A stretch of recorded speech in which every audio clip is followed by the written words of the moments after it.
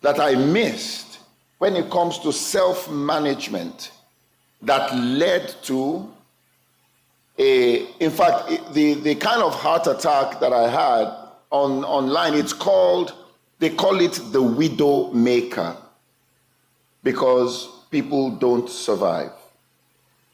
All right? Now, I wrote a book years ago called The Experience, From Customer to Ambassador.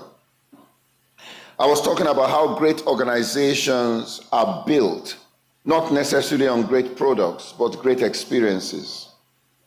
And that if 3 people are selling the same product in the same place at the same price, what's going to determine who makes the sale is the person selling. Because people buy people at the end of the day. People buy people. So I talked about that, and I would tell people, how sellable are you?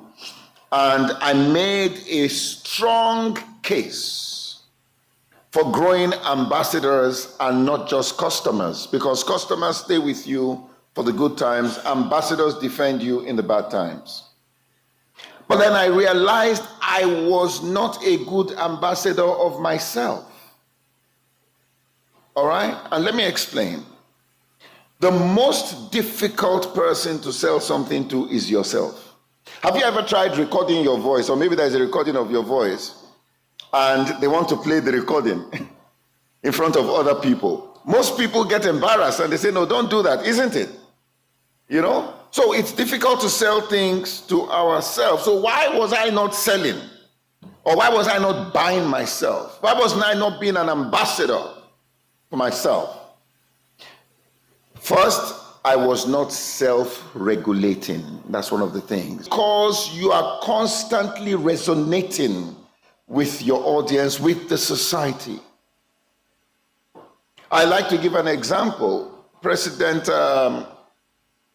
Robert Mugabe, when he came into government, everybody rejoiced. When he left, everybody rejoiced. What happened in between there? There was a disconnect. So relevance is not a given. And so we need to look at ourselves and ask, how do I do this? And the first thing is we must define our brand. That's the first thing you do in building the brand.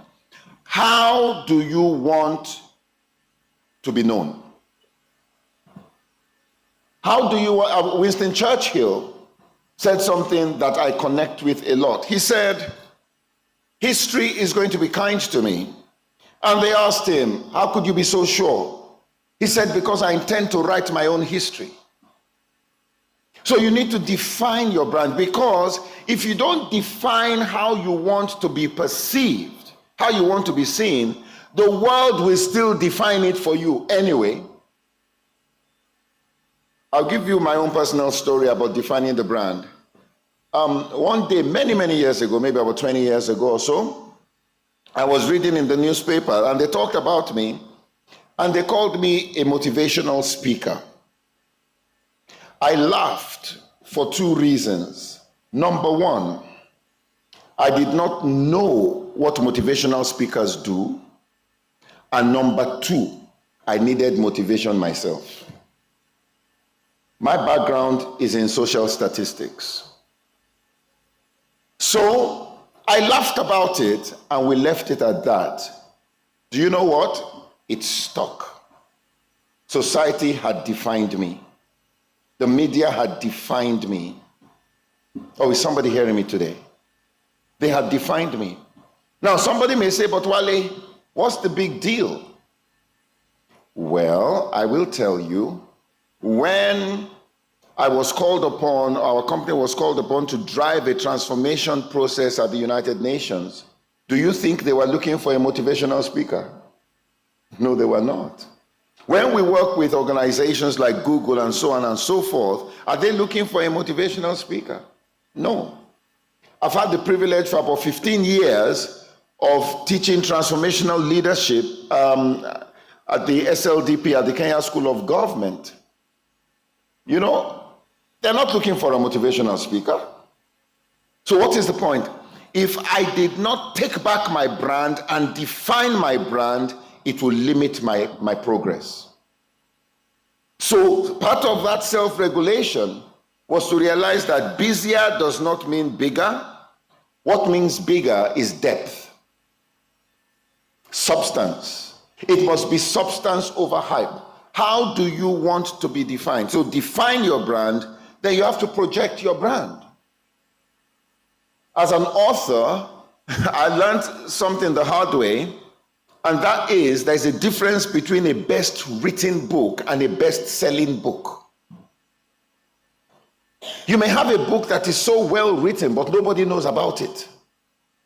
Or conversely, you may have a book that is so lousy and everybody is buying it because it is best-selling. So the question I need to ask you, are you best-selling or are you just best-written? And part of that self-regulation is that you are going to build inwards, you are going to build depth, you are going to build substance, you are going to be intentional about the kind of leader you want to be remembered as. Everybody will be remembered, but how they will be remembered is a different thing. Some people will be remembered as an inspiration, and others will be remembered as a warning.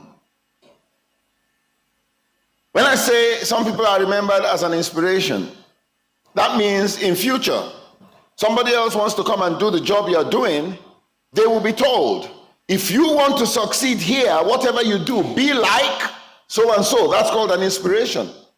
But the opposite is true. If you want to succeed, whatever you do, don't be like so and so. So which one are you? Is somebody hearing me? Do me a favor. I know accountants are not used to this, but ask the person next to you. Which one are you?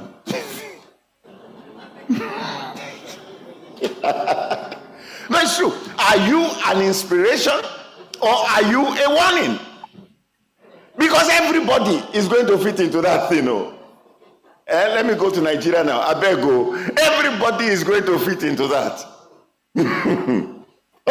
So that's part of the self-regulation. I was so passionate about this. I wrote a book about it. It's called, thank you. Thank you so much. Because I would not have had the heart attack. And let me tell you, I would not have gone through a year of being an emotional mess. I would not have had to go through, spending nearly 100,000 every month on medication to stay alive. Is somebody hearing me today? Let me tell you something.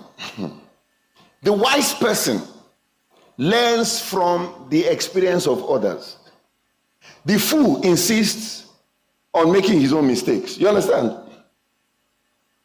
Experience is the best teacher if it is somebody else's experience. Then you can learn without going through the wahala they are going through. Now, you can learn how to self-regulate without going to Aga Khan and spending 100K every month on medication. Is somebody hearing me? Okay, I'm going to get you to talk a lot. Tell your neighbor, this Naija boy is talking sense.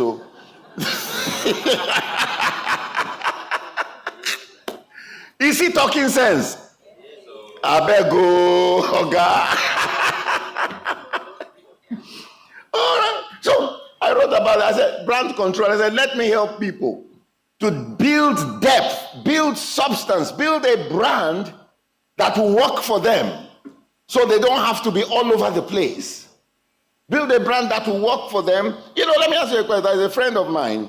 She was a director in a very big company in Lagos. And then she lost her job. She was so powerful, her PA had a PA.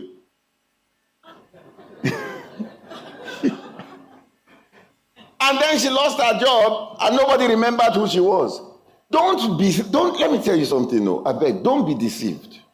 There are people who pick your phone today just because of where you work. Am I telling the truth? Without the job, without the position, without the title, who will remain with you? Am I asking serious questions? That's why you need to build your brand. That's why you need to build your brand. So I'm talking of the gaps that I allowed, which led me into that terrible heart attack. Then another thing, I was not self-aware. You need to be self-aware, and that is the heart of emotional intelligence. And you see, before you are aware of the emotions and of other people, you need to be aware of your own. You can't give what you don't have. For instance, let me tell you, my exercise is swimming. Okay? And so I try to swim every day. But I noticed that where I would swim for 45 minutes or 1 hour, I would now swim for 10 minutes and I'm totally fatigued. These were signs, isn't it? I was not aware. I was not aware that I was so emotionally invested in African affairs that when I watched the news about certain things, I got so upset, it affected me emotionally. Is somebody hearing me today? I was not aware. So you need to be aware. What are changes happening in your body? You need to be aware. What triggers you? What gets you upset? What takes you into a negative emotional space? You need to be aware. I was aware, but I didn't do anything about the fact that there were certain foods, when I eat them, they weigh me down. Do you want to tell me one of those? Do you want me to tell you some of those foods? I'm not going to mention any brand, so they don't take me to court. But I noticed there was a particular brand of white rice. If I took it, I would just be so tired. And that is what I took the day of the heart attack. Is somebody hearing me? I was aware that if I eat certain things at night, I'm going to have a rough night. But I didn't do anything about it. You need to be aware of changes in your body. Monitor yourself. Listen, monitor your blood sugar. Monitor your blood pressure. These are things you need to do. I read a statistic that if you have 4 people walking, 3 of them have high blood sugar, but they don't know. Listen, there is nothing like a sudden heart attack. Did you hear what I said? There is what? Like a sudden heart attack. Let me paint a picture for you you won't forget. You know, sometimes when you are driving, you use a car in front of you as a pacer, isn't it? To set the pace. So you stay very close to it. So when it overtakes, what do? And then, by the time they are going in, you quickly go back in, isn't it? Now, that is how heart attack behaves. Heart attack hides behind high blood sugar. It hides behind high blood pressure. It hides behind all those things. So you can have a heart attack that's brewing and you don't know. But if you are checking those other things, then you will be able to curb it. Is somebody hearing me today? So, first of all, I said I was not self-regulating. I was not self-aware. Then, this is important, I was too insular. And this, I think, is the big one. I prided myself as being an introverted person.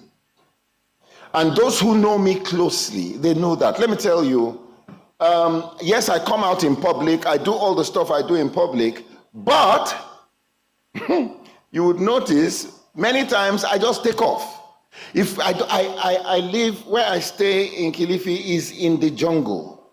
I don't like surprises. You know that one of somebody say, "Hey, I'm in your neighborhood. Are you at home?" I'm not. I don't like surprises like that. I like my own. Listen, I enjoy my own company because I'm writing, I'm doing stuff, I'm a creative. So I enjoy my company. After the heart attack, I learned a very serious lesson that we must, remember what I said at the beginning, the things you like to do, you have to stop. The things you don't like, you have to start. I realized I was too insular. So what was happening, that I was not talking to people, things were eating me from within. You understand what I'm saying? So, and you see, a lot of people excuse their behavior to personality. And let me say something here. Personality is not a permission for poor behavior. It's not. What personality does is to explain tendencies, not to excuse mediocrity. I cannot hide behind a personality type and say, oh, it's because I am this, that's why I do this. No. Personality is a lens, it's not a cage. And all these personality tools are meant to reveal your preferences, not restrict your possibilities. All right? Because the truth is you can be an introvert, like I am, and still communicate well. And you can be a type A extrovert and still be empathetic. You are not your profile, your personality profile. You are your choice. I think that's very important. The introverted Wale, he would rather just read and write. I used to tell my wife years before we got married, I said, my vision is to live in the countryside, far away from everybody, and just write. And, she said, how are we going to eat?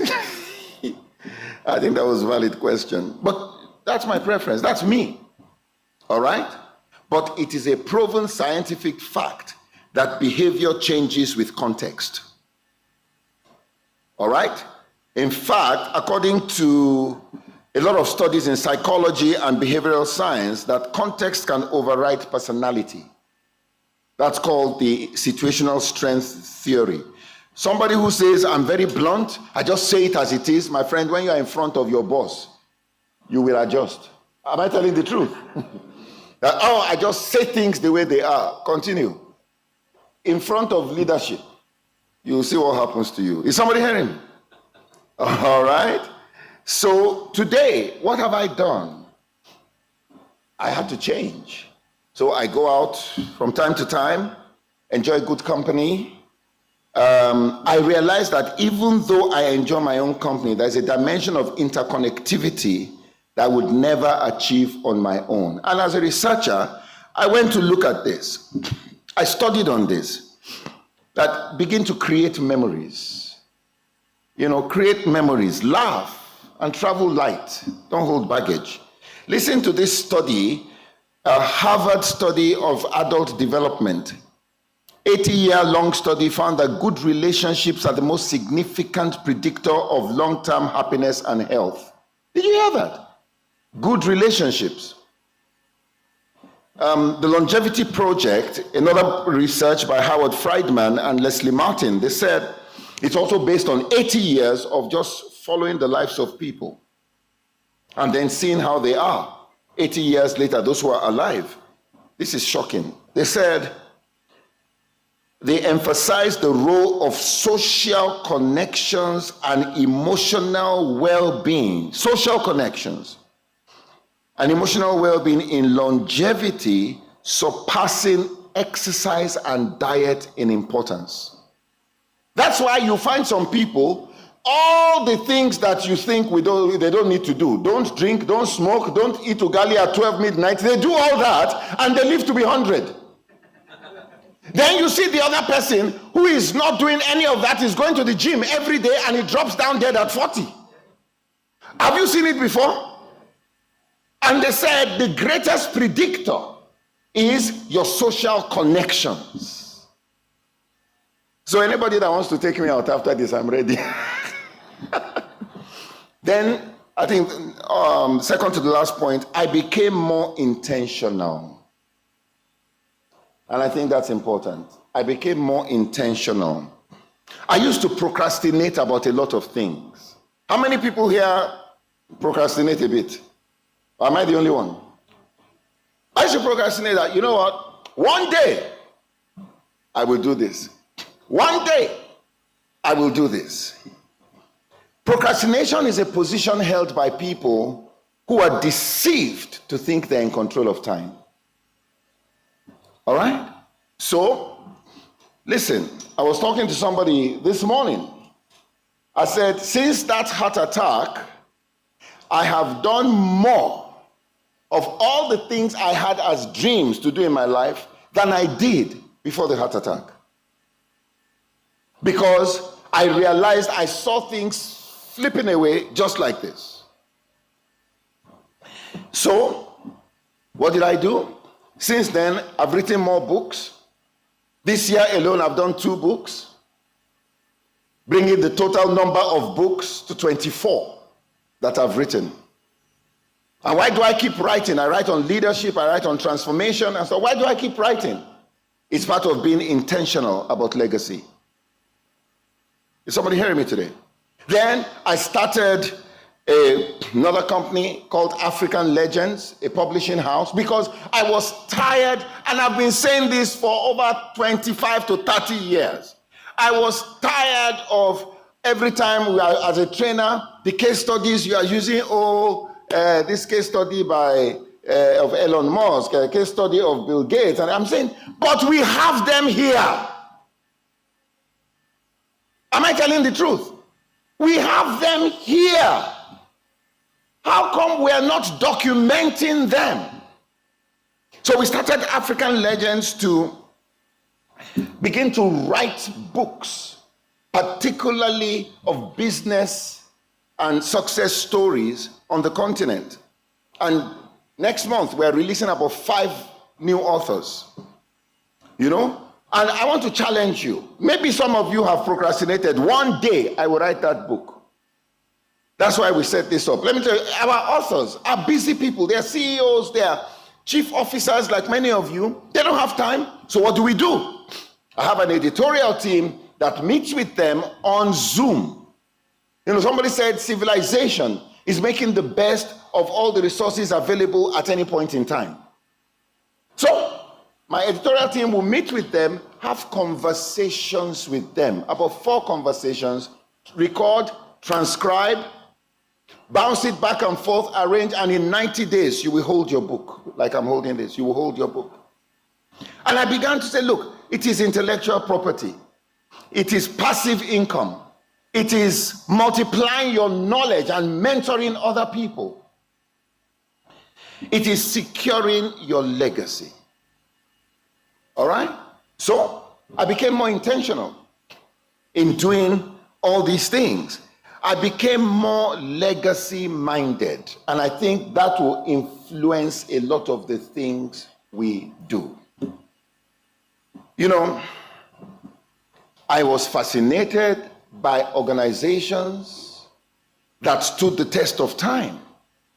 And I kept asking myself, how do I retain relevance in the long term? Thank you. How do I retain relevance in the long term? I studied companies. You know, there's a company I looked at in Japan, Kongo Gumi, founded 578 AD, and they are still making money today. I said, how do we become like that? So we have to be generational thinkers. And that now led to, I think, the greatest thing ever. I developed a doctrine which I call the GAP doctrine. And what is the GAP doctrine? Whenever I see a gap, instead of complain and blame somebody else, ask 3 questions. What can I do? What do I know? Who do I know? Let me give you an example of this and I'll wrap up.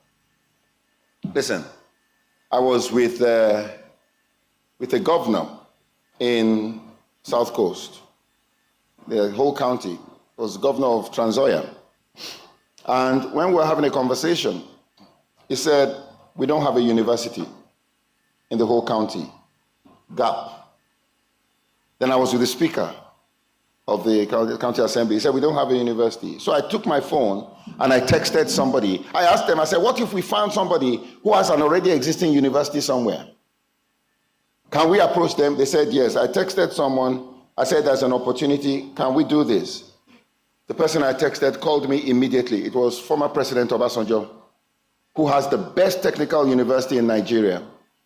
And he said, Wale, I like this idea. Let's do it. You bring them to Nigeria. If they like what we have, I will send a team and we can have a university in 1 year. So guess what I did? I took the team from here, led by the Speaker of the County Assembly. I took a delegation, went to meet President Obasanjo. They saw what they saw it, they loved it. President Obasanjo sent his team, and 2 weeks ago, they were in Kitale, and it's a total, purely private investment. And we've signed the MOU. So right now, we're looking for land, and we're tying up things with the Commission on University Education. If any of you can help us with that, the president will be very grateful to you. Are you hearing me what I'm saying? I didn't have the money. There's a gap. What can I do? And these are the things that I have found out when it comes to my self-management. All the things I was procrastinating about, now I'm able to do. I looked another gap in the Kenya prisons. There was a gap. Prisons have become places of punishment, not places of rehabilitation. So people get radicalized. So what did we do? We are moving in with the whole team to bring training and non-training interventions. And guess what? We are not asking them for a dime. We are funding it ourselves to transform and rehabilitate the prisons of Kenya.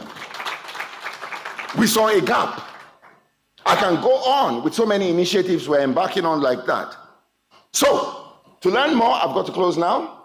To learn more, if you are not following Wale Akinyemi on LinkedIn, that is a sin.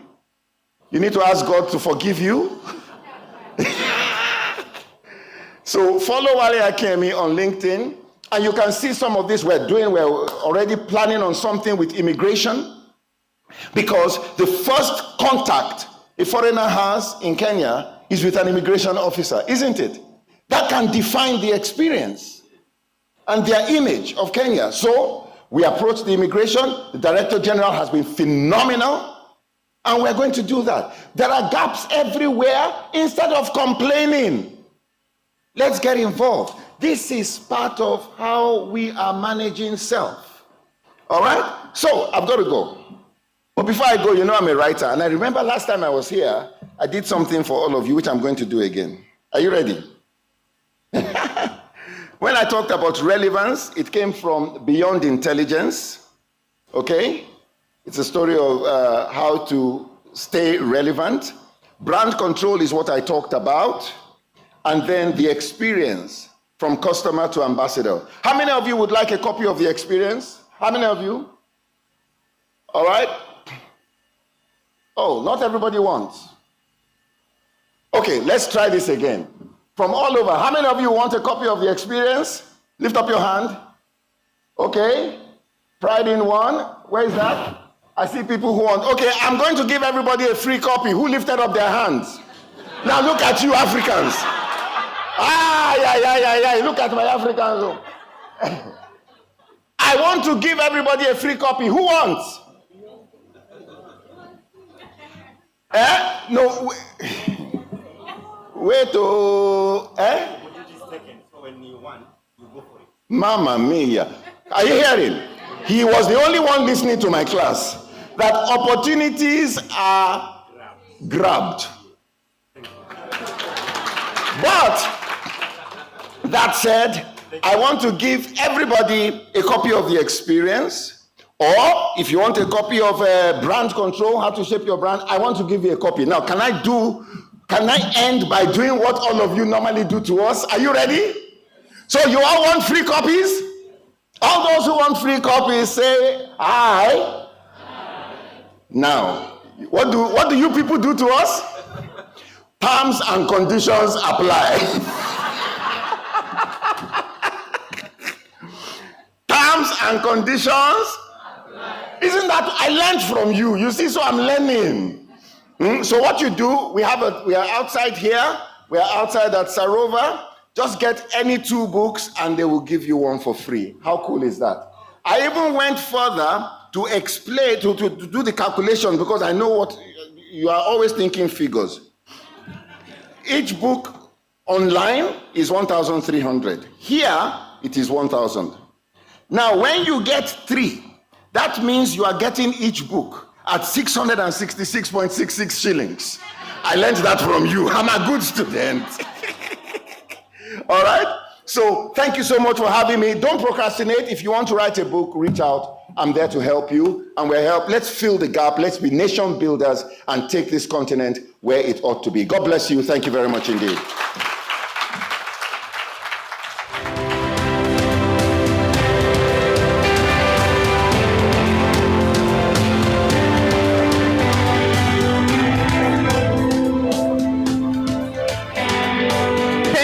Thank you very much, Dr. Wale. Thank you for that inspiring talk. Could you just turn to your neighbor and remind them to work on their inner infrastructure for greatness? Give a high five to your neighbor and tell them work on your inner infrastructure for greatness.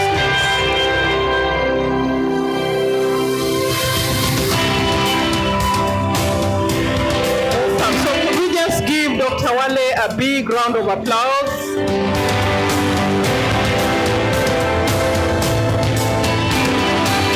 Thank you. Let's minimize the music, please. Thank you so much. Thank you, Dr. Wale.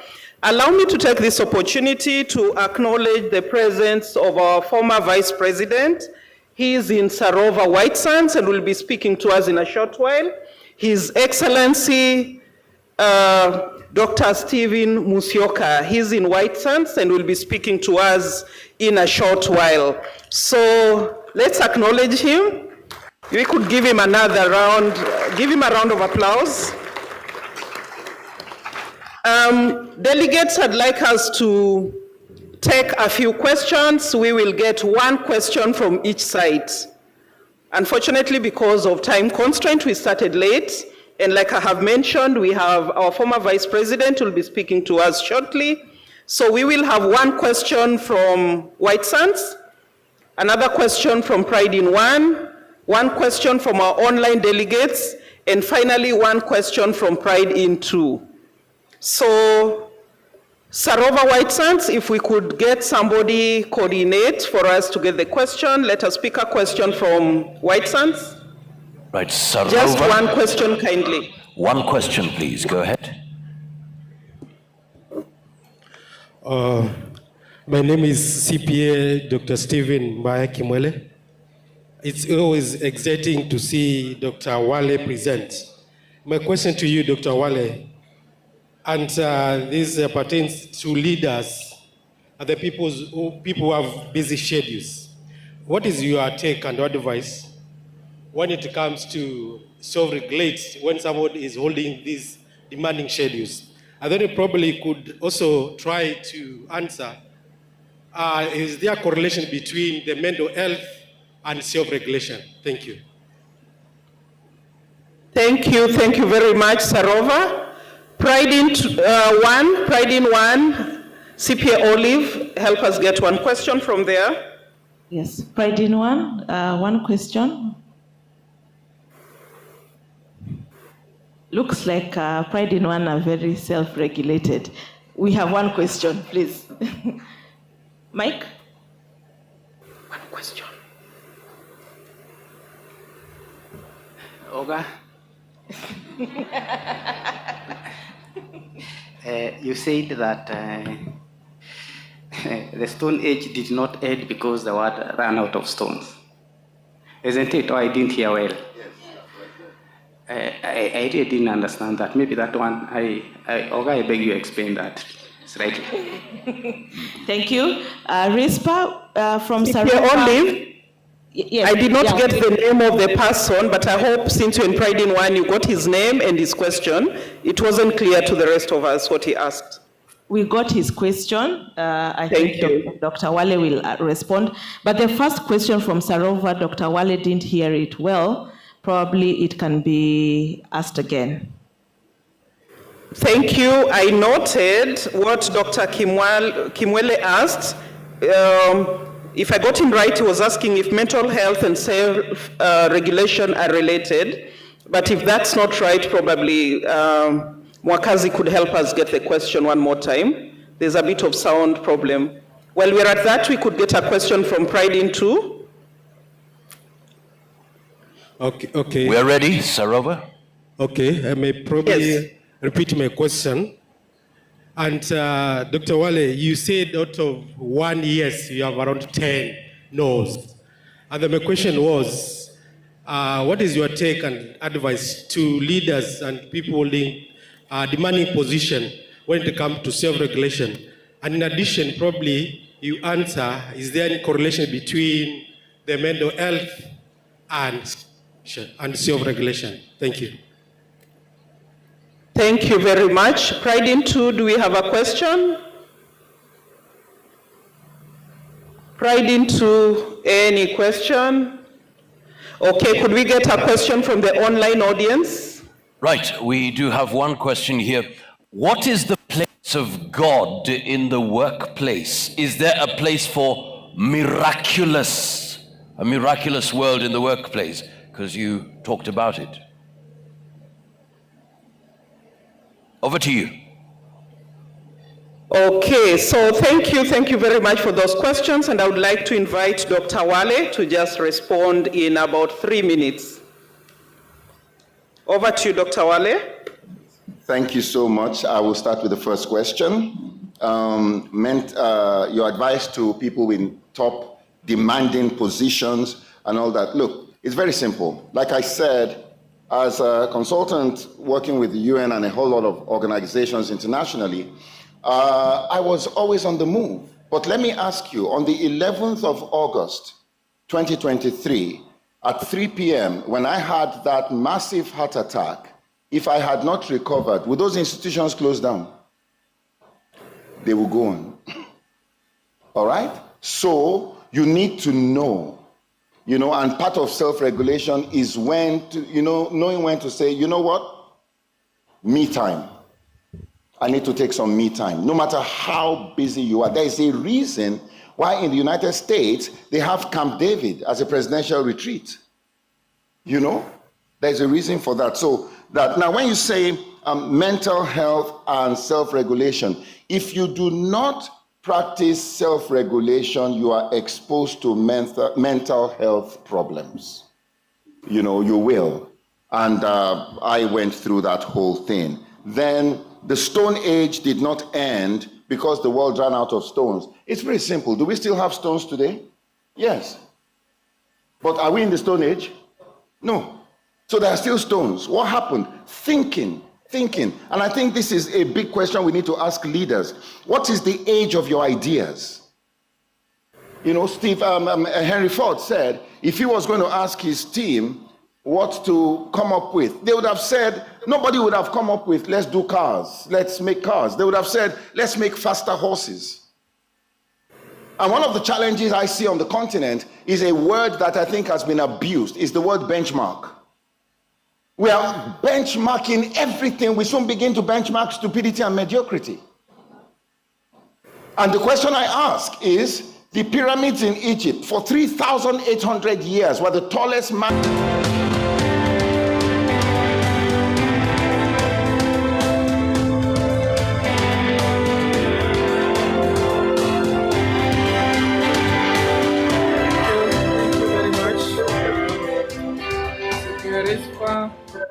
Thank you very much, CPA Olive.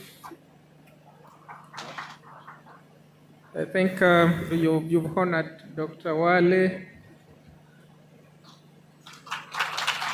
Let's appreciate Dr. Wale.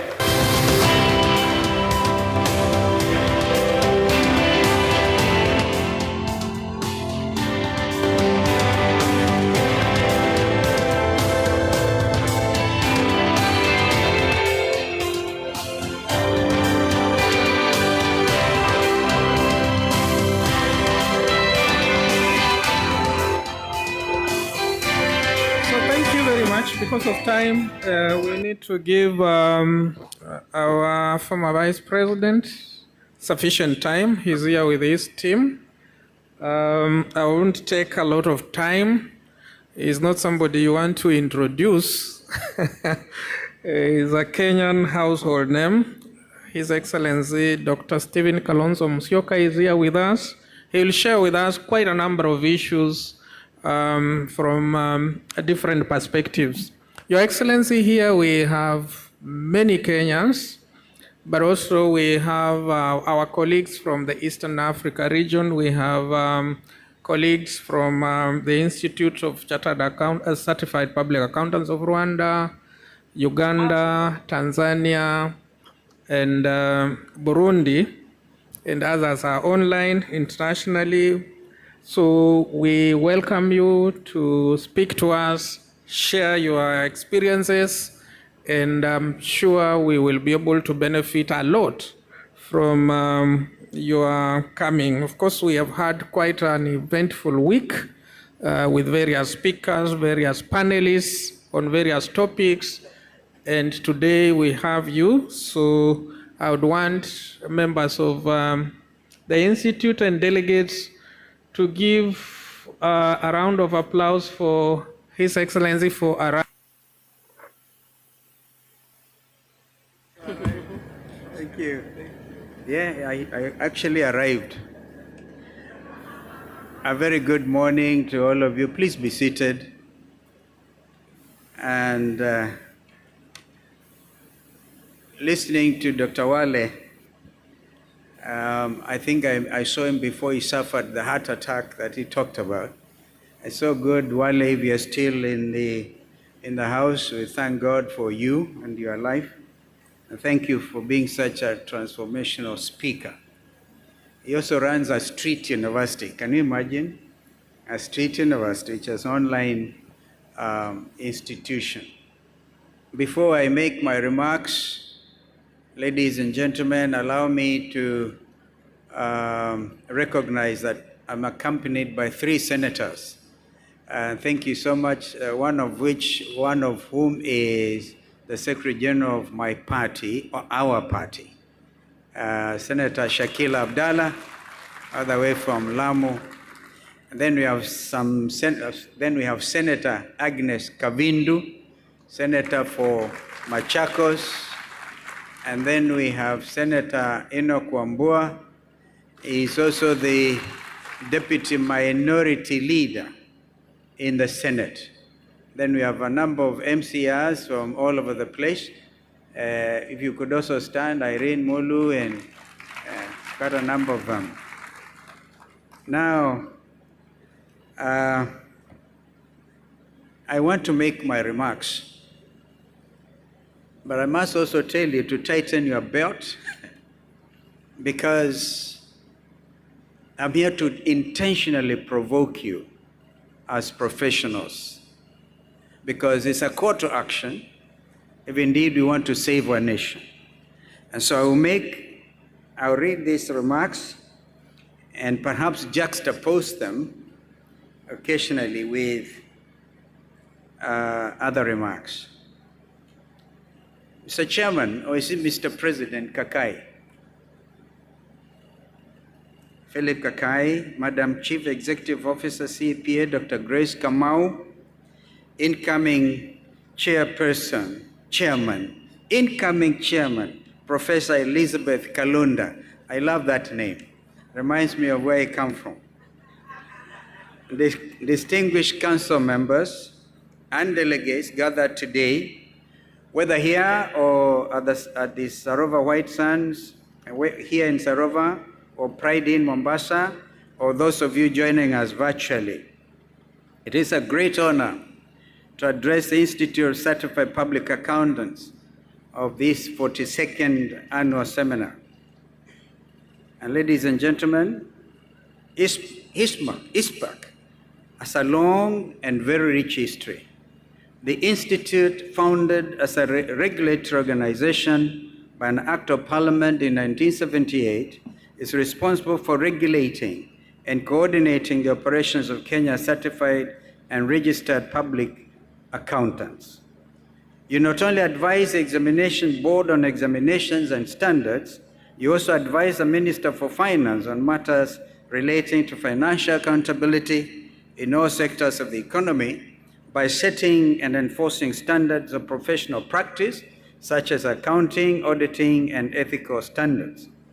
And how you have grown, and the region has also grown, to hear that we have also representatives, a lot of whom are also online from Burundi, from Rwanda. In fact, your council member tells me even Somalia, the newest member of the East African Community, from Tanzania and wherever. I don't know whether there are others from the Republic of South Sudan, the world's newest country. As such, and governed by law, you are one of the most important pillars upon which our country's dreams should be built. Over the last 5 days, outstanding Kenyans and foreigners have addressed delegates on a wide range of topics. You have thought things out, asked questions, and shared your professional experiences. All of this has resulted in today's key theme, self-management, and listening to Dr. Wale, self-regulation. A legendary Chinese philosopher, Lao Tzu, remarked in one of his well-known works that, I quote, "Mastering others is strength. Mastering yourself is true power." End of quote. This was penned centuries ago, I think really connect with me today. With absolute confidence, having observed the evolution of our republic from a unique viewpoint, as a lawyer, as a mediator in our conflicts in the region, as a lawmaker, yes, even one time as deputy speaker for a whole 5 years, as assistant minister, as minister in about 5 to 6 ministries, party leader, the 10th vice president of our country, and I'm told my friend Raila was here and he protested. I should not call him former, because once a prime minister, always a prime minister. And yes, I can live with being former, but really the 10th edition of vice presidents in our country. It is no secret that something is indeed rotten in the state of Kenya today. And to be able to paraphrase William Shakespeare's Hamlet, whichever way you look at it, and I want to actually add that not only rotten, but you as professionals are called upon to make the difference. In that serious tragedy of Hamlet, the writer again reflecting said, "Time is out of joint, oh cursed spite. And I was born to set it right." I'm calling on you as professionals to recognize that time is out of joint, and you are called upon to do something about it. The state of the economy, whichever you look at it, from the state of the economy to misplaced and misguided policies in education, health, and agricultural sectors, our nation is failing. The current regime prioritizes its own interests with nepotism and tribalism, willful corruption, and abuse of state offices taking precedence over professionalism. They've even reinvented goonism, political goonism in our country. This morning's address, the role of professionals in national growth and transformation, is thus particularly timely as we reflect on the state of our nation. In my opinion, the accounting profession should be front and center as the foundation of accountability and transparency in a healthy democracy. Therefore, allow me to focus on 4 critical pillars that I believe members of ISPAC should be guided by in our determined quest to transform our beloved republic into a nation admired and respected regionally and internationally. Pillar number 1, on ethical leadership in professional practice. ISPAC has grown in the last 41 years to be a respected body of some 40,000 certified members who work in diverse sectors of the economy as accountants, as financial experts. Some of them were lent by ODM to William Ruto. Auditors and financial consultants practicing in Kenya and beyond our borders in 44 countries around the globe. Ethics is not some philosophical notion for abstract debate. It is the very essence of professional practice. When you sign off on financial statements, you are not just confirming numbers, you are risking your professional name. You confirm success or failure and define integrity and dishonesty. Ethical leadership is thus an imperative if we are determined to change the destiny of our republic. I therefore call on each one of you today to hold yourselves to a higher level of professional ethics. Your role goes beyond merely technically competent. It involves being a moral compass bending towards ethical justice. When you witness something in error, do not be afraid to speak out. If you are put on the spot and asked to betray your values, please hold firm. Always remember, your signature is not just a sign, it is a guarantee. Like lawyers say, my word is my bond. Your signature is your guarantee, not to your customers, but to your country. Pillar number 2, ladies and gentlemen, institutional integrity and nation building. I, like many other Kenyans, am concerned that the procurement systems, which are meant to ensure fairness and value for money, are being misused for personal gain. Kenya's budget processes that should align resources with national priorities have been turned into tools for political favoritism. At the heart of each of these failures is a professional who chose convenience over excellence, compliance over conscience. As a Nobel laureate, very own African leader, Wole Soyinka astutely puts it, and I quote, "The greatest threat to freedom is the absence of criticism." End of quote. It is time your profession regains its critical voice. I encourage you to break free from mere compliance, box checking, and step forward as champions of real institutional change. When systems break down, take the initiative to redesign them. When processes are misused, take action to fix them. Remember, you're not just cogs in the institutional machine, you are the architects and the protectors of it.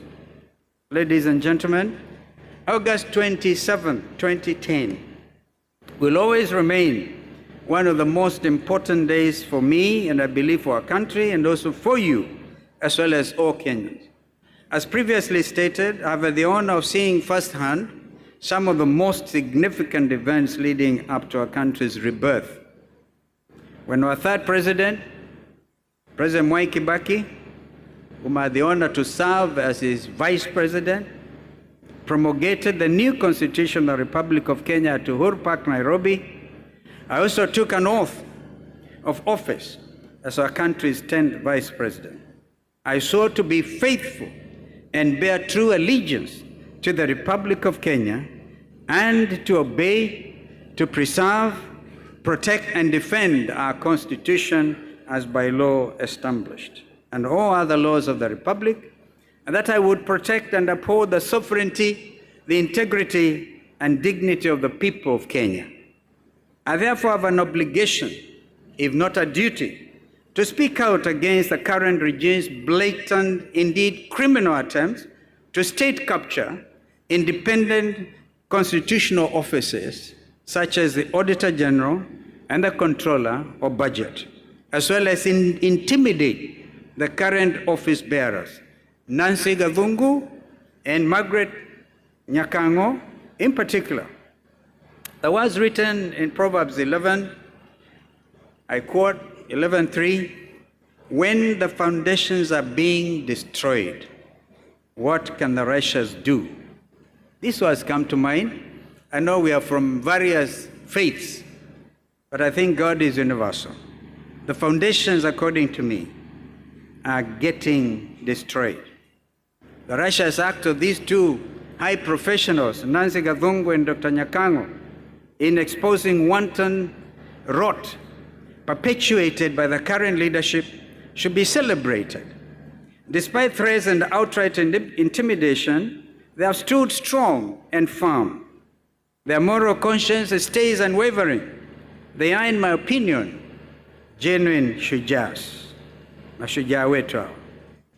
I urge ISPAC leadership to stand with and support these two heroes who are members of your profession and give your voices to publicly condemn a dictatorship that has lost its moral authority, if ever it had one in the very first place. Pillar number 3, civic awakening and youth engagement. There is a civic awakening that is sweeping through our nation, and indeed actually through the continent, especially among the youth. The events of June 25th last year, what I call J25, marked a turning point in our national consciousness. When young Kenyans took to the streets across Kenya in droves, they were not just protesting against the punitive Finance Bill 2024, armed with a bottle of water, our national flag, and their mobile phones. They were reclaiming their role in shaping the future of their nation. I find myself even thinking about what this means for Kenya's business community. These young adults, some of whom are your own students, or indeed your own children, are calling us to answer a basic question. What shall we bequeath to the next generation as professionals? As professionals, you do hold a special place in society. You have specialized knowledge that comes with both power and responsibility. How you choose to use this knowledge will determine whether you are seen as defenders of the status quo or defenders of change. Young people in Kenya are paying attention. They are wondering how professionals who understand the complexity of public finance can remain silent when public money is being stolen. They are wondering why experts who see unsustainable policies speak out only when a crisis has developed. I'm a firm believer in mentorship. It is important to guide young professionals, not just in the technical aspects of their job, but also in the domain of ethical leadership. Let us create forums for deep discussions between generations in organizations. A nation that cannot mobilize the talent and idealism of its youth is one that risks falling behind. I encourage you today to step beyond professional comfort levels. Meet with policymakers, not as technical experts, but as defenders of economic justice. Use your analytical talent to bring into sharp focus the true costs of corruption and bad governance. Use your data analytics to provide us with an honest opinion on where existing policies are taking us. As our own Professor Callista Juma correctly asserted, I quote, "It is not the size of resources that dictates Africa's development, but how efficiently those resources are utilized," end of quote. As professionals in accounting, you are guardians of that efficiency. Now my next thing is beyond compliance to conscience. As we near the end of the time we'll be sharing together, I challenge you to go beyond compliance to the next level of conscience. Conscious Kenyans. Utu. Compliance asks, is it legal? Where conscience asks, is it right? I also challenge you to take on 4 specific commitments. Commitment number 1, commit to being an ethical leader in your circle of influence. Where corruption exists, do not remain silent. Where power is being abused, do not stay quiet. Second commitment, take the pledge to seek change in institutions. Use your knowledge to construct structures and put in defense mechanisms to protect against exploitation. Do not stay as implementers in institutions, be transformers instead. Friends and fellow professionals, I have a question for you. Are you sure that Kenyans received nominations for purposes of reconstituting the Independent Electoral Boundaries Commission, who are representatives of your profession? I ask this question pointedly. I received some of two of your council members when I sat as a co-chair of the NADCO process at Bomas. Your voice was loud and clear. Are you taken seriously as ISPAC, as accountants, people who have knowledge about numbers, the analytics? And in my view, the next elections will have to depend on accountants to give us correct numbers. Not other professions like lawyers like me, right? But accountants have a specific role if you are going to throw out the ghost, the ghost of election stealing and that kind of thing. You had that wonderful opportunity. I have another question for you. Why is it that none of the nominees handpicked by President William Ruto are professional members of ISPAC? Why is it? Why were the recommendations of your member, Mr. Andrew Tanui, who was one of the 9 members of the IEBC selection panel, ignored? I believe that if the opposition, which I represent truly, and the broad-based government consisting of UDA and ODM had held consultations and concurred in accordance with the National Dialogue Committee report recommendations, a nominee such as your chairman Kakai, who was on the short list of 9 recommended members of reconstituted IBC, could have been included. And he's sitting here, ignored. I believe by ignoring your chairman, your president, you're being told, Mutadu. I urge you, as a professional body, to step up and join the rising number of people who have expressed no confidence with the Ruto nominations, as well as to request a full and unfurnished accounting of the vetting process by the IEBC selection panel. Kenyans expect nothing less. Third, ladies and gentlemen, let us take a pledge to mentor the next generation. Share your knowledge and experience with the next generation of professionals and leaders. Help create paths for young professionals to develop. Recall, true legacy is not individual success, it is forward thinking and allowing the effortless passage of information. Fourth, give back to your community. Your professional acumen gives you a keen vision of the challenges facing our nation. Employ that vision in public conversation. These commitments will not always be easy to keep. There even be personal or professional repercussions for standing up for what is right and what is just. But let us remember the powerful words of Dr. Martin Luther King Jr. I quote, "The ultimate measure of a woman, a man or woman, is not where he or she stands in moments of comfort and convenience, but where he stands or she stands at times of challenge and adversity." End of quote. Ladies and gentlemen, as I conclude, I've taken the time to discuss what I truly believe is the role that professionals can play in reforming society. However, I would be doing the profession an injustice if I did not address an urgent issue that, if handled, will aid in the realization of his vision and goals. When I accepted the invitation to address this distinguished gathering of more than 4,000 professionals, Dr. Kamau shared the 5-day program with me. There were a number of senior members of the executive that were scheduled to speak with you. However, this did not materialize. They did not show up. They failed to honor their invitations and send junior staff in their stead. I know that junior staff sometimes do an excellent job.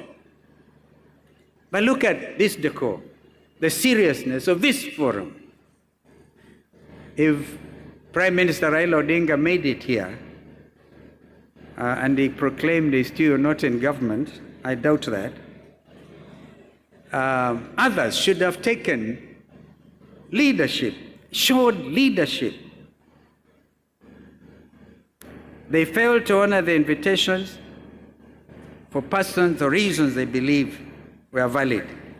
I believe this is the latest example of the growing list of Kenya Kwanza kleptocracy, lack of integrity, and indeed ineptitude. It is a reflection of their callous disregard for professionalism. So professionals in our country, please stand up and be counted.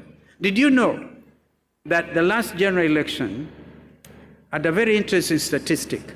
About 8 million Kenyans did not show up to vote.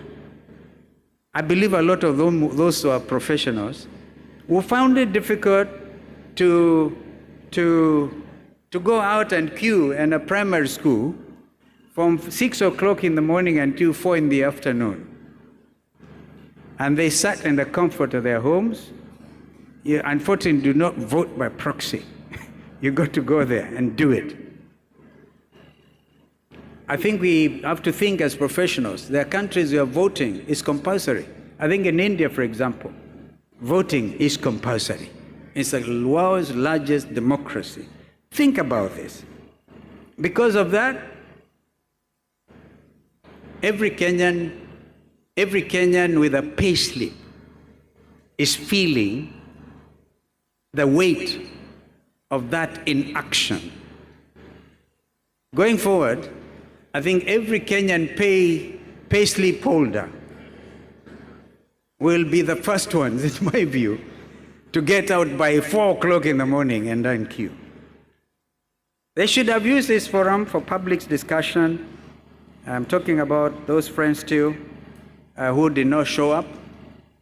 And therefore this cannot be, and it cannot properly be seen as a forum for the opposition. So government side, don't be scared of your own people. Come and explain to them. They should have used this forum for public discussion and involvement, carefully listening to your perspectives on the state of the nation and how to remove Kenya off the grey list.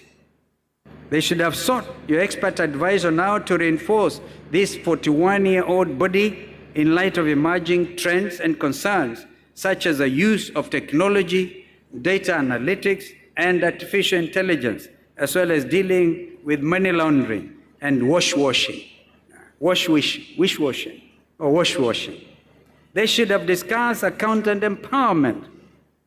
They squandered an incredible opportunity to work with you, line by line, on the Finance Bill 2025-2026, ensuring their punitive and costly errors of 2023, 2024, and 2024-2025 will not be repeated. And more importantly, that no more Kenyan lives will be lost or endangered because of exercising their constitutional rights to peaceably protest and picket. Disregarding the views of Kenyans, be it professional or students, salaried workers or mama mbogas or border riders, ladies and gentlemen, is Kenya Kwanza's modus operandi. I can with absolute authority assure you, assembled here at the Pride Inn or online, that the next administration will not, and I repeat, will not treat professional associations, professionals, and indeed all Kenyans in this shocking disregard. I have no doubt that the next administration will be led by a member of a professional institution, the first in our history, a person of the highest integrity, a Kenyan whose commitment to the rule of law is unwavering and whose resume is a clear roadmap of their dedicated and steadfast service in the public interest. Do you suspect I'm talking about myself? I leave that on to you. As I end my address, I would like you to ask yourself and the man or woman sitting next to you or beside you, whether you have the will to make a difference. When generations look ahead and reflect on this moment of choice in our history, let them remember that when Kenya was at a crossroads, its professionals opted for change over the path of least resistance. Let them understand that accountants are not just number crunchers. They were the guardians of public faith. Let them understand that this generation of professionals did not just construct careers, they helped reshape a failing nation into a transformed, ethically guided economic powerhouse that is internationally respected and admired, as well as benchmarked against and indeed worthy of the new cliche, and I end quote, there is the African continent, and then there is Kenya.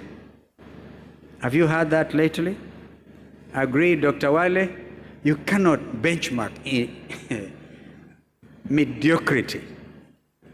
The world is benchmarking Kenyans. I repeat, there is the African continent, and then there is Kenya. God bless you, and God bless our Republic, Kenya. I thank you.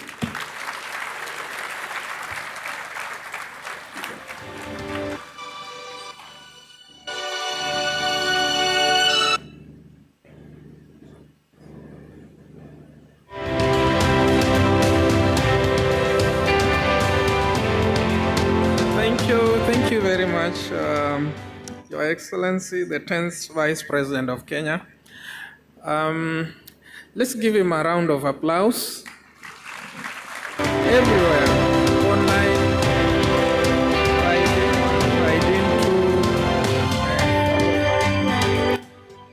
now we have come to a stage where we need to interrogate his speech.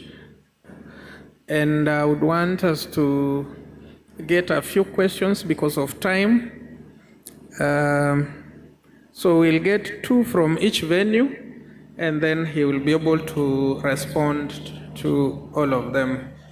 You agree that he's a professional and a member of the Law Society of Kenya, but is defending the institute, interestingly. So thank you very much. We can start with Pridin 2. Pridin 2. Pridin 2. Thank you, Chairman. Pridin 2, how many questions will you allow us? At least 2. At least, so we can do 5. Sorry. Thank you. So the first question will be from FCPA Georgina. Do we have any other? Consider balancing. Where are the microphones? Okay, so FCPA Georgina, kindly go ahead. We have 2 questions.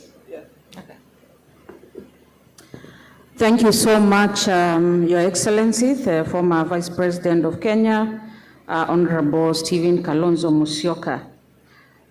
We have seen a lot of companies that have closed shop.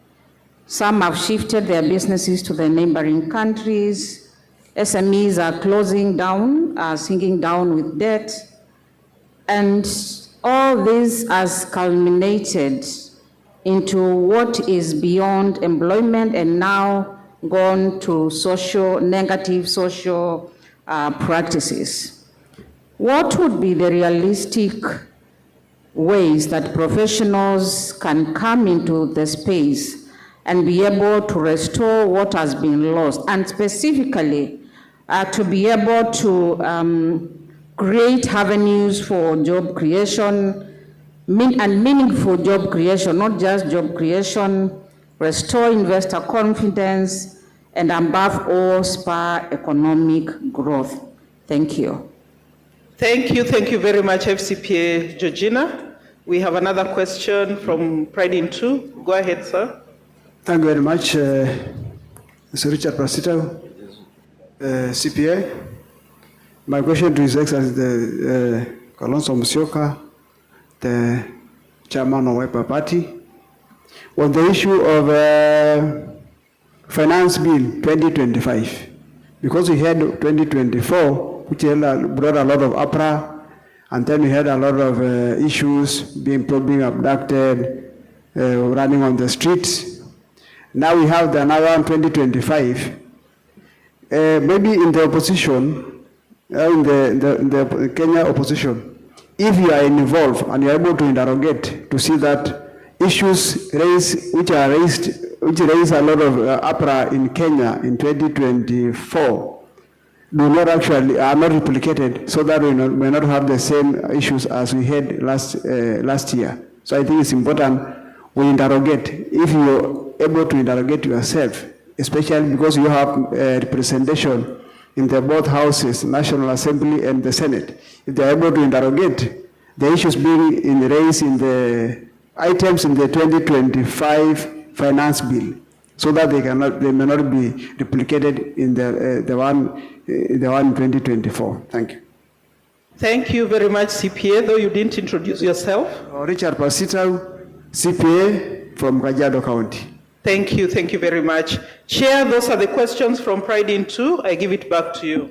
Thank you very much, CPA Rispa. Pride in One. CPA Yes, Odi. Chair, thank you.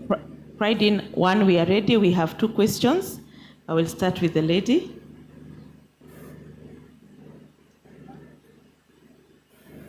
Put it close to you. Good morning, accountants. My name is Pieros Mukabi. I work for T-Sector. I would like to thank our former Vice President for the key highlights and also call for accountants to step up. I have an appeal or a question. Kenya is number 3rd in the world in tea producing, and it plays a big role in foreign exchange in our country. But at the moment, we are experiencing poor auction prices, and most of the factories are at the brink of closing, which will lead to loss of jobs and also poverty. My question to the former Vice President, what are you doing as opposition, especially now that Sudan has banned our sale of tea to their country, and there are a lot of containers in Mombasa? Has opposition made their voices in both houses and also done enough to safeguard the tea sector? Thank you. Thank you. The second question, we have a gentleman. Thank you. My name is CPA Robert. My question to His Excellency is about Vision 2030. His Excellency had the privilege of being in the administration that crafted Vision 2030. We are coming to the end of Vision 2030, where there are some goals that have been attained. There are some key ones, for example, becoming a middle-income country, that have not been attained. So there are lessons learned as to what we did right and what we did not do right. And just to tie to that, we are not really seeing what is beyond Vision 2030. Is there a Vision 2060?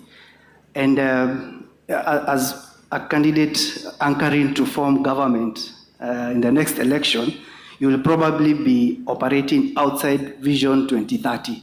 So it may be important for maybe His Excellency to clarify, the journey of Vision 2030 and the vision that the country holds beyond 2030, and the things that we can target, so that when our forefathers tell us South Korea, Singapore were at the same level with Kenya, we have a chance now to tell them that was the story up to 2030. Beyond 2030, we've probably caught up with them and even gone better. Thank you. Thank you, CPA Robert. Thank you, CPA Rose. Back to you, Chairman. Thank you. Virtually, Mwakazi, those appearing online. Right, there's a question here. What is your proposed plan for Kenya's tax policy to restore purchasing power to Kenyans? What are the top 5 executive orders you would prioritize if you were to be the president-elect? Okay. You can repeat the first one, I think. The first one, what is your proposed plan for Kenya's tax policy to restore purchasing power to Kenyans? And what are the top 5 executive orders you would prioritize? Thank you. We can now have Sarova, 2 questions. Where is the mic? The mic. Who has the mic? Proceed, proceed.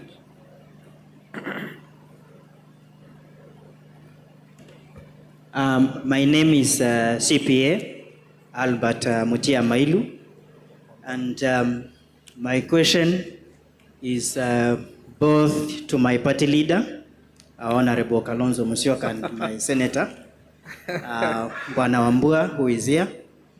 And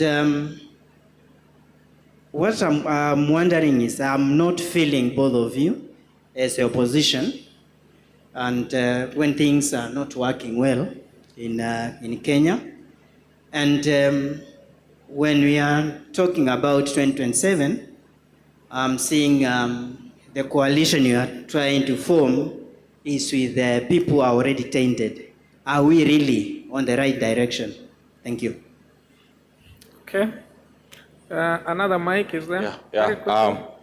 My name is Patrick Washira. I have one comment and a question to His Excellency Dr. S.K. Musyoka. One is that for the last 5 or so elections, because every year we have upwards of 60-70% new registrators. But the problem that ails Kenya remain. So what ails Kenya? What as voters do we need to do? Number 2, in your position, esteemed position as alternative leadership of this country, is a call and request that you help us to elevate the level of debate. Currently, we are all engaged in the conversation about NGCDF, about GAF, about Senate Oversight Fund, but nobody is talking about whether there is a prudent utilization of those funds. We are talking about should they go to the devolved government, should they go to the central government, but nobody is talking about making sure wherever the funds are, they need to be utilized properly. Number 3, touching on audit, which is where most of... Limit the questions we have. Okay, thank you. Thank you, Chairman. Let's have a lady. Those are 2 gentlemen. Yeah. Quickly. Yes.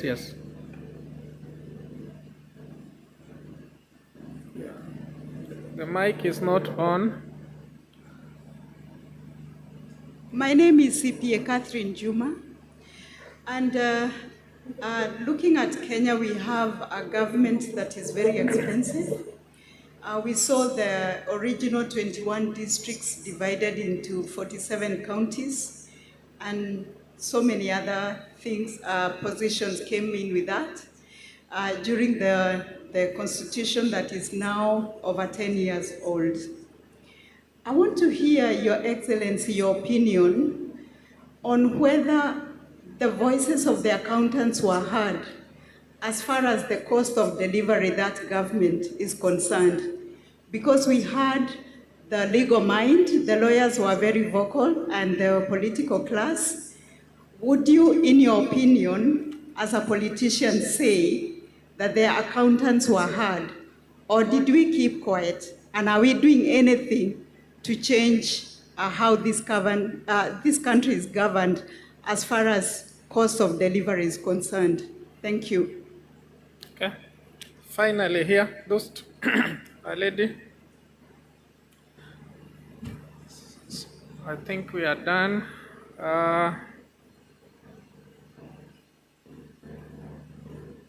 No, there's a lady here because we had 2 gentlemen. And shoot your question straight. Yeah, good morning, everybody. Thank you, Your Excellency, for your presentation. Mine is to ask you about public debt. This has been a widespread concern, and as a Kenyan, as I read about the growing public debt, even with the local borrowing and the interest rates, it is something that is very, it needs to be addressed. So how would you intend to balance that out? Thank you. Thank you very much. Your Excellency? Chair. Is another question? No, we Yes, can... Chairman, pride in one, we are requesting to be allowed one more question, if that is okay. Maybe you can respond to these ones first, just in case there Okay. will be one or two, but let him respond. Probably in the process of responding, he might respond to that one. Okay, thank you, Chairman.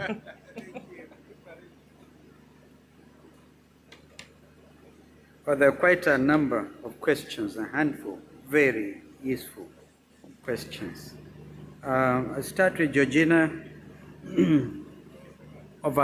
In fact, Georgina, along with another council member, appeared before our NADCO team at Bomas. I remember that name very well.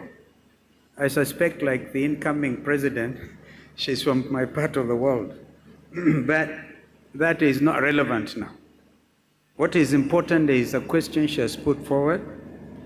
We had then, and that's about 2 years now, over 6,000 companies, Kenyan companies, were translocating to Tanzania, to Uganda. I'm not quite sure how many were translocating to Rwanda and Burundi, but those two countries specifically, over 6,000 Kenyan companies, because of the high levels of taxation, those companies translocated. That actually effectively meant those jobs went across our borders.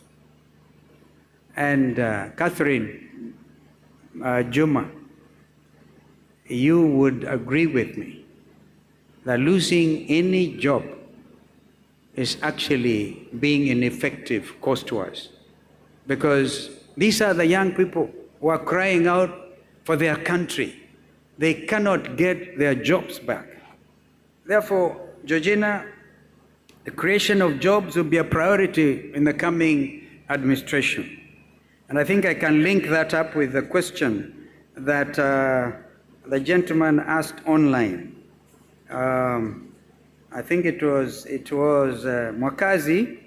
What are the 5 issues, executive orders you would issue if you are to become the next leader? And I want to tell you, I've already pronounced myself on one very explicitly. And I repeat here before professionals, do away with housing tax. That is number 1. And that will mean that erosion of the payslip is looked after. I'm thinking very strongly, having been once Minister for Education, when we advised President Kibaki then to think of free primary education. And one time, please Kenyans may have forgotten, I actually ran to be president. If I do it, it will be 2nd time round. And my votes were stolen, were they not? Got close to 1 million votes, others were stolen. Never mind. That is history. But then I spoke very clearly about a 24-hour economy. This is time to think about. If we are going to create those jobs, Madam Georgina, we have to work like bees. We have no time to waste. Every Kenyan who is unemployed is a big problem to all of us.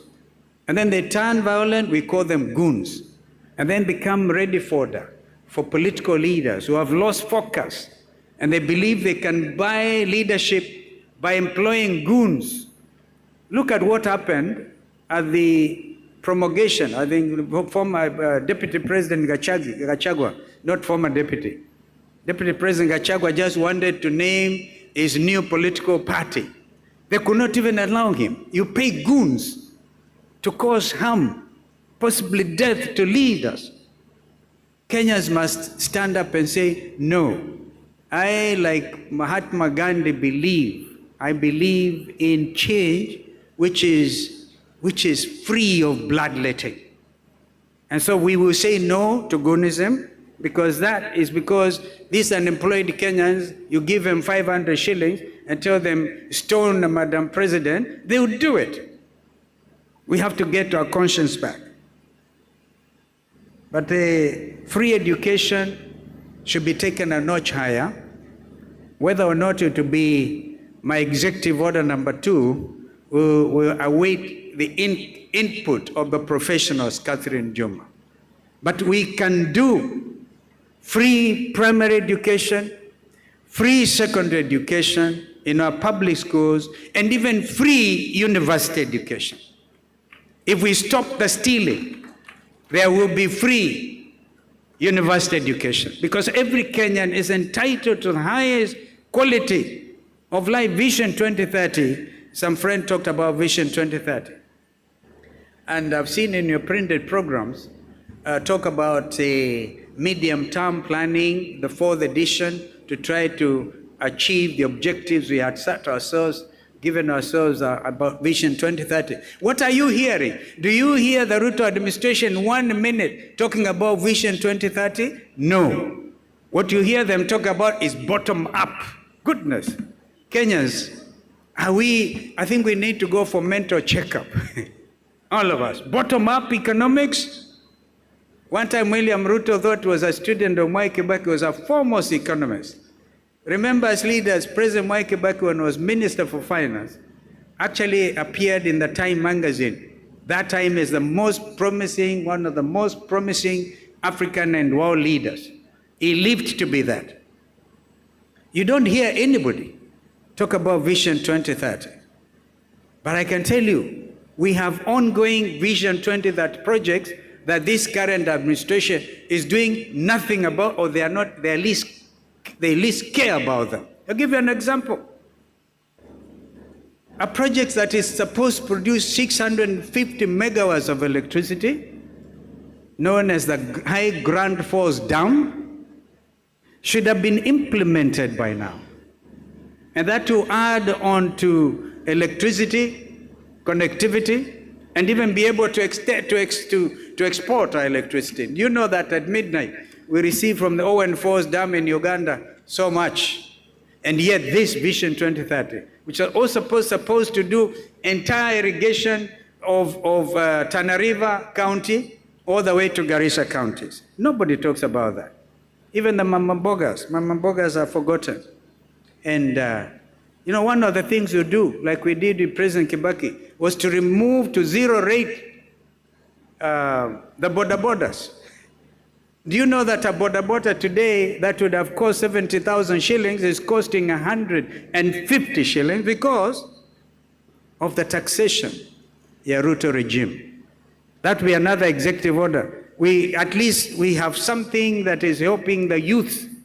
And in terms of climate change discussions, again, I remind myself I was Minister for the Environment when Professor Wangari Maathai won the Nobel Peace Laureate Award, and I was able to take her to Norway that time to receive that award. Environment is key. And when President Ruto met with Prime Minister Sunak, I think it was, of the UK, in Sharm el-Sheikh, Egypt, they discussed this project about the High Grand Falls. And what has happened since is this committee in Treasury supposed to do this. The PPPs, which are actually potentially very useful, public-private partnerships, are really being held hostage because this administration will say we want 10%, we want 10% to go to this and the other, therefore, grant standing. And this effectively means loss of jobs for Kenyans. Vision 2030, whatever remains between now and 2030, of course, need to be amended.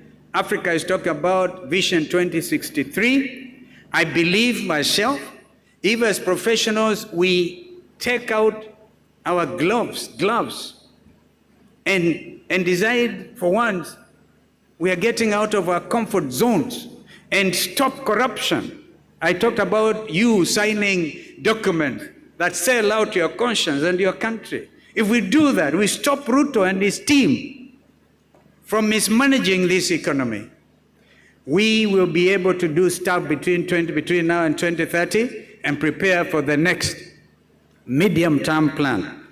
These opportunities that the top advisors in the Ruto administration, including CS Bandi, should have been here to talk about. But we will issue very clear instructions. I am very passionate about free education for all citizens. And we will fund that free education when we stop the stealing. I also want to say that number 4, number 3, number 5, Mr. Mwakazi, await further instructions. I will be able to talk to you about those as we go on. Now, somebody talked about Kenyans who are tainted, and that gentleman must be from Kitui County. Senator, talk to your elector, and let me tell him, now I'm talking like a professional lawyer. No person shall be condemned unheard. So don't out there start there and say, yeah, tainted, what business do you have with so and so? If there are angels in this room, please put up your hands. But there can be policies that draw the line. We would draw the line on the sand and say, from now on, zero corruption. It can happen, my friends. Now, I'll give you an example of somebody you may think is tainted. Governor Natembeya.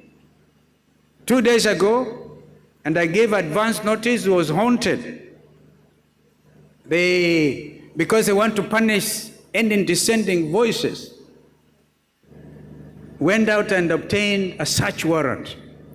And with that search warrant, they carried, I'm told, this is to be verified, about 61 million shillings all the way to Trans Nzoia, to Governor Natembeya's house, to plant evidence. 61 million. Waseme amepatikana na hundi.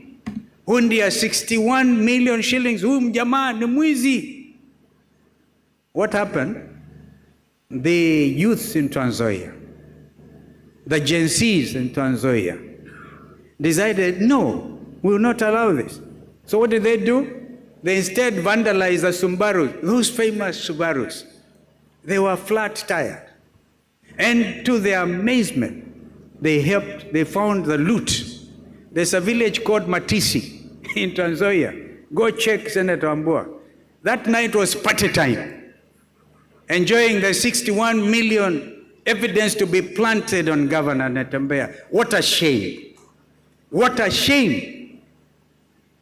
Well, former Minister for Agriculture, Mr. Linturi, you may say he's tainted, but he gave us assurance that he's not going to be condemned unheard. Hata beba mizigo ya watu wengine. Is going to talk to Kenyans about the fake fertilizer. Remember? Fake fertilizer. Who was responsible? Who did what? Thank you so much, brother Dr. Wale. It's good to see you. You are a survivor of heart attack. Well, let's give him a big applause. And thank you for standing strong for your faith. So again, Senator Linturi and former Governor, Minister for Agriculture, Kenyans are waiting to know the truth. Although biblically the truth is Jesus Christ.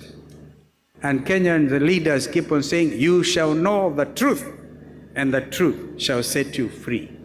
Kenyans want to know the truth about Mbolea feki. And then you see, kumbe the big boys, the bigger boys, were the ones involved. So don't judge people on the face value. Listen to their story. And even the Dao, the ignorant, I like the words of the Desiderata, the Dao and the ignorant, they too have their story. But every person must be subject to the same treatment under the law. So I talked about Vision 2030, and Rose Mukavi, amazing. tea production, you know we have the tea auction here in Mombasa. Did you know that a Kenyan called Joe Kamau and his younger brother decided to be very active in the tea auction here in Mombasa? And they had created an extra 300 jobs for young Kenyans here in Mombasa. What happened to Joe Kamau over Christmas? In 2024 or 2023, he was arrested, was taken around before DCI, and they could not provide any charges. They actually wanted to say money laundering, our professionals, money laundering. They found nothing. This young man was doing value addition to Kenyan tea. Do you know now, as a result of compromising stand by Kenya Tea Development Authority, KTDA, our friends from Rwanda, congratulations, the tea from Rwanda has overtaken the tea from Kenya in terms of quality, because they also bring their tea from Rwanda, Uganda, here in Mombasa for the auction. Those 300 jobs were lost. Joe Kamau translocated to Dubai, given all the welcome. This is a Kenyan example of a Kenyan entrepreneur who wants to make a difference, to create those jobs, and they get frustrated. Therefore, Rose, we will do quite a bit to just again get rid of corruption from KTDA and wherever. Well, you asked me a question that's very, very critical at this time. I know General Buhran, the leader in Sudan. You know, after South Sudan became independent, they kept the names the Republic of South Sudan, headquartered, capital Juba, and Khartoum, the headquarters of Khartoum, now translocated because of the hostilities between RSF and the army. I think they moved to Port Sudan, and even there they are getting attacked under drones. And you heard General Buran say, because of William Ruto's support to RSF, these are the original Janjaweeds from Darfur. People wanted for crimes against humanity, killing the black community. But they come here, we give them red carpet treatment. And instead of now working to bring the factions together, we have taken sides. Professionals, did you know that gold from Darfur is flown into JKI and then flown on to Dubai, treated under the rules of origin as Kenyan gold? And that probably is funding the war effort in the Sudan. So if I got opportunity, I'll look for General Buran and tell him, please don't punish the Kenyan farmers, because I think the biggest exporter consumer of our tea is Iran, then Pakistan, and of course Sudan.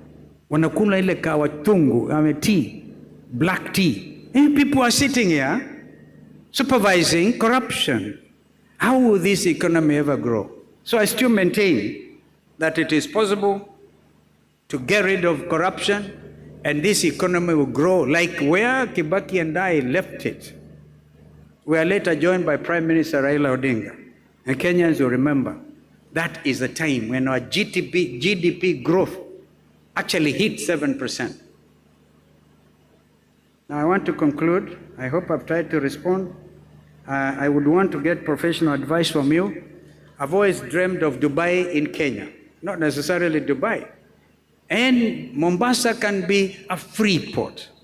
That's how we will now incrementally, we will grow this economy exponentially.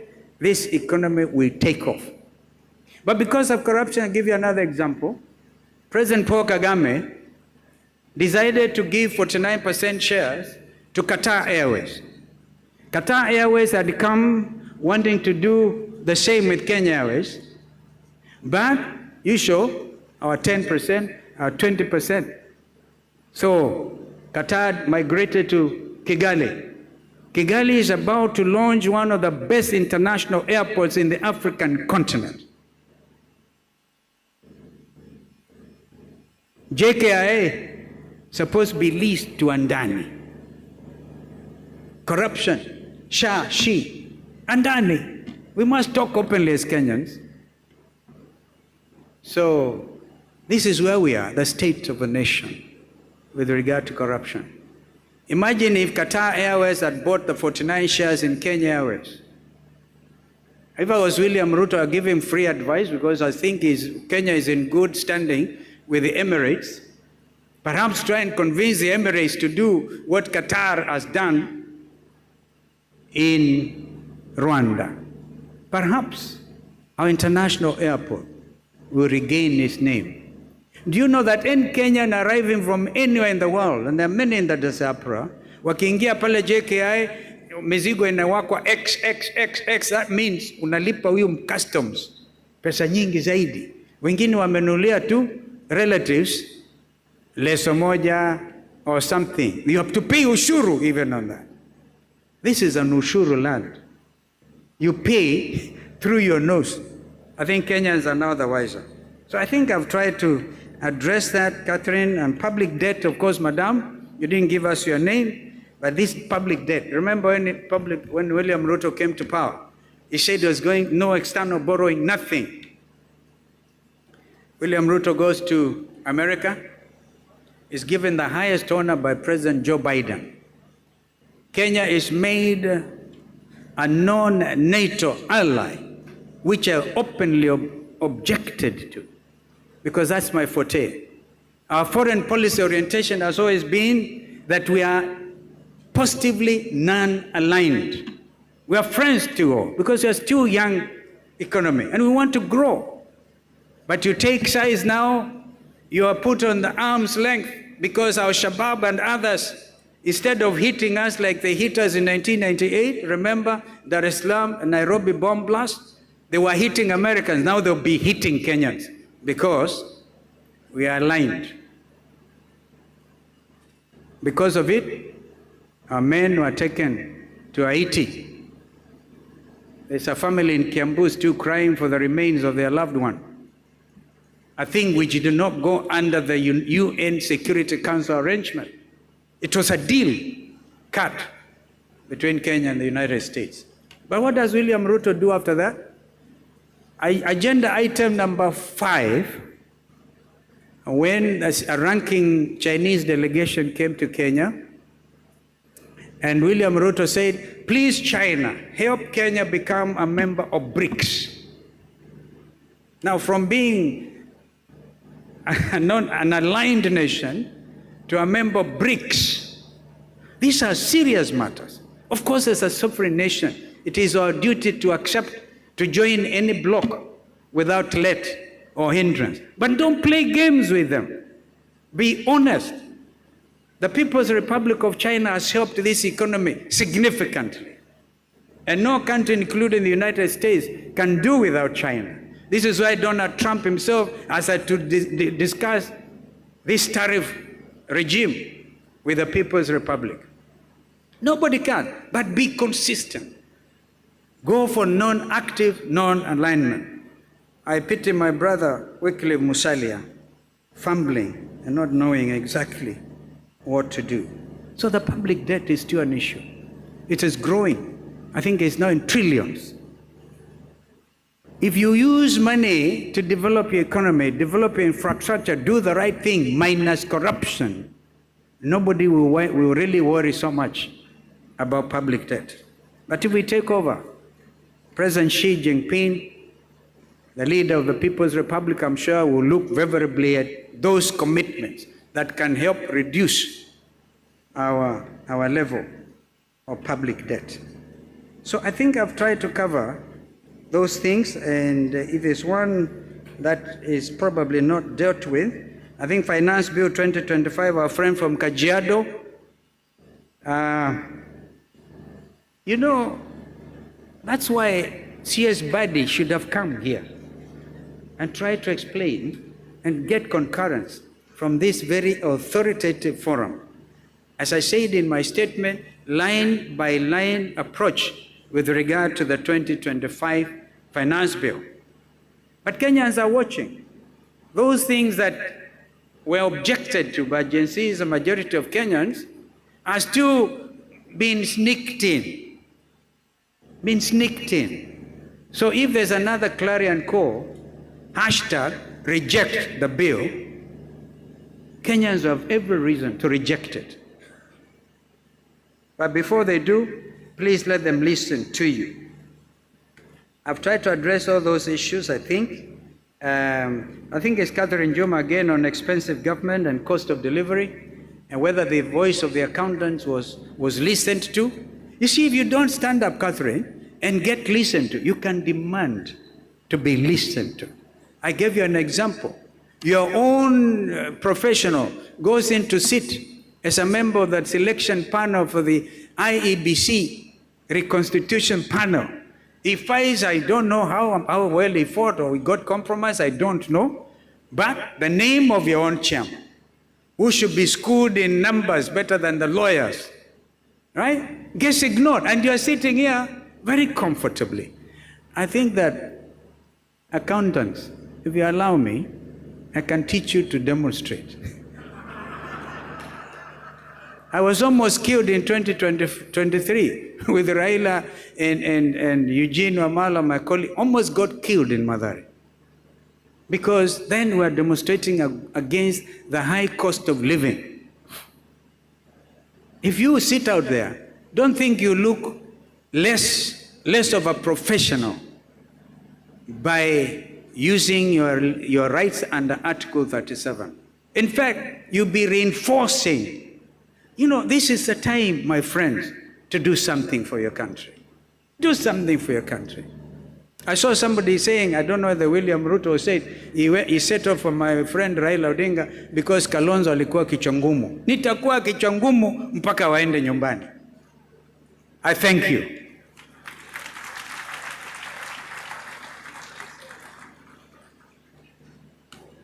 Thank you very much. You give a mic to a politician and he will answer many questions that are not asked after answering yours. So thank you very much, CPA. Olive from Pride in One, you had a question that I don't know whether it has been answered. We are running a bit late on time. CPA Olive from Pride in One. Chairman, we have one more from Pride in Two. Okay, one, because time is not on our side. CPA Rispa and CPA Olive, proceed very quickly. Thank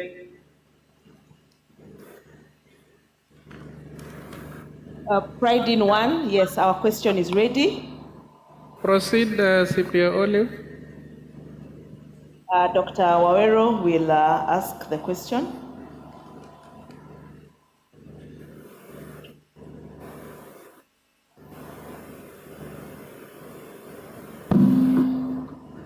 Thank you very much.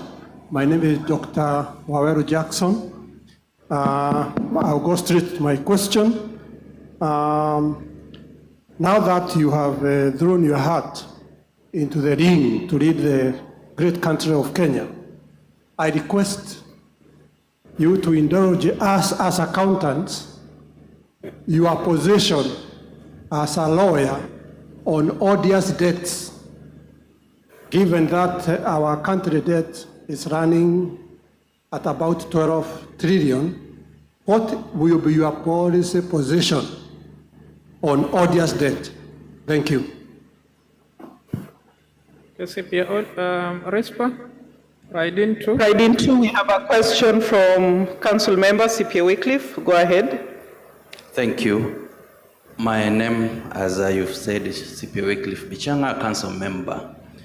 Your Excellency, this is about county governments. I think for the longest time, there's been a discussion about the economic viability of our counties. Will be good to hear what are your thoughts on this. That is it time we considered probably merging counties and capping the number, because there's been a discussion in terms of duplication and probably some duties could be done better if we had bigger regions. Thank you. Okay, thank you. Thank you, Chair. Back to you. Thank you. Your Excellency, you can take those two. Well, I thank you, Dr. Waweru Jackson. 12 trillion in form of debt, trillion shillings, I believe. And I think that I tried, though not with a sense of in-depth approach to deal with it, but these, some of them, what you're calling odious debts, there are other debts, you know, what I think even under Jubilee administration, what they tried to do that time was to borrow commercially, commercial debts. My expertise is in negotiations. And in business, you don't get what you deserve, you get what you negotiate. A lot of these debts will need serious renegotiation. But you must establish a level of credibility so the people with whom you're negotiating can take you seriously. So I will work with the accounting profession to have a relook at all these numbers and be able to know what needs to be done. On the economic viability of the counties, I think again, Madam Catherine addressed this issue when she was saying that the voice of the accountants was never listened to. Economic viability of the counties. Let me give you a very live example. Madam Shakila is the Secretary General of Wiper Democratic Movement. She's from the county of Lamu. Tell me, if you try to merge Lamu with Tana River, or merge the whole thing to create one coastal region, what that will mean. I believe myself, and I want to be able to convince the accountants on this. Again, when we deal with governors, you'll be able to even, instead of 47, be able to sustain the 47 counties, all right? And then, by the way, there are other smaller constituencies, like in Taita Taveta, several 27 constituencies, which as we speak are still seen to be unconstitutional because nobody did anything about it. By the way, had William Ruto and Raila Odinga implemented the NADCO recommendations, because we specifically dealt with those issues, the country will be very far. But now we are faced with another election and a lot of prevarication, and nobody wants to commit.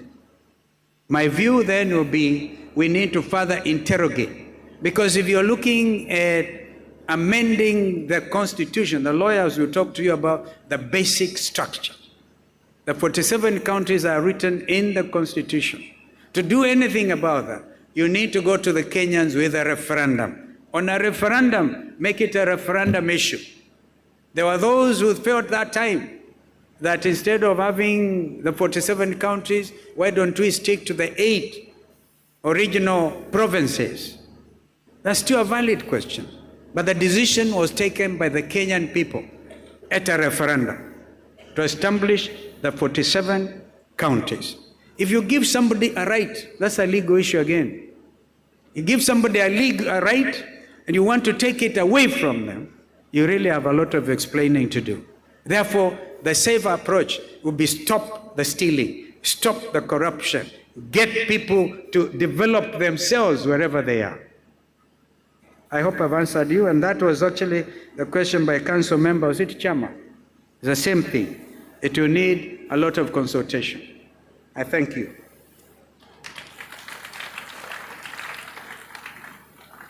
So thank you very much. Let's give a round of applause to our 10th Vice President. CEO with your team. Let's do what we need to do. And then I'll request council members who are here to come on stage. May I recognize my predecessors who are here also, FCPA Mwatu, Julius, the 22nd Chairman of ISPAC. May I recognize FCPA Rose Maura, the 23rd Chairman of ISPAC,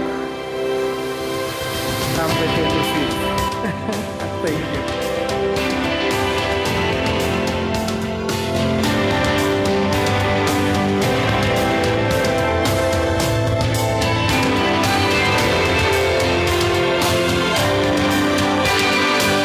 Makofi tafadhali. Thank you so much, Your Excellency.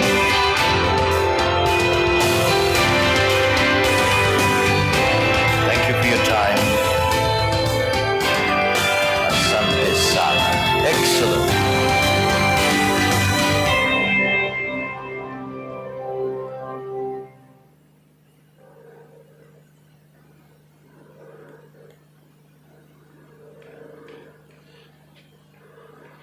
Thank you so much.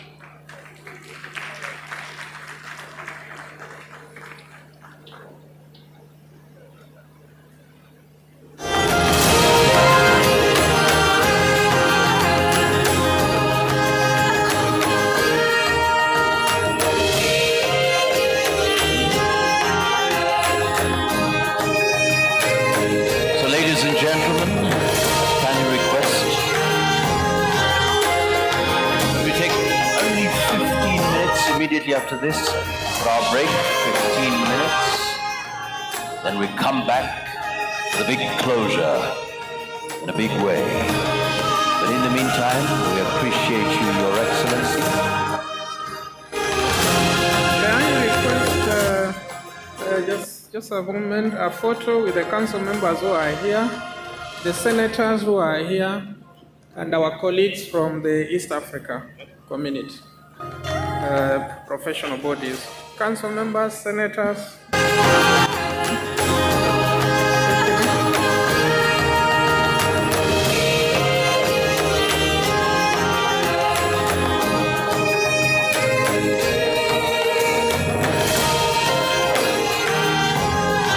We were given 15 minutes to break, so 15 minutes, then we'll come back to the president.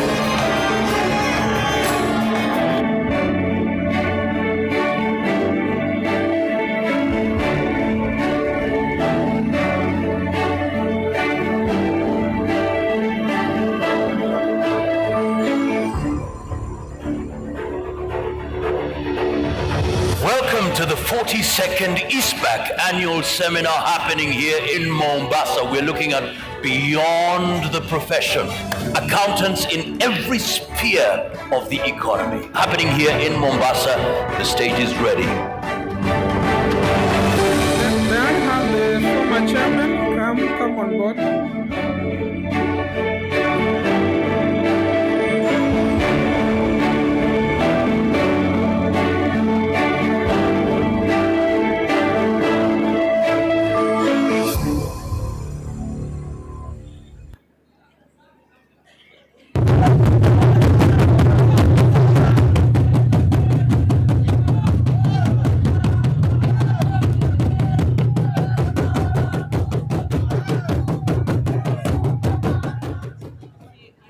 Hello.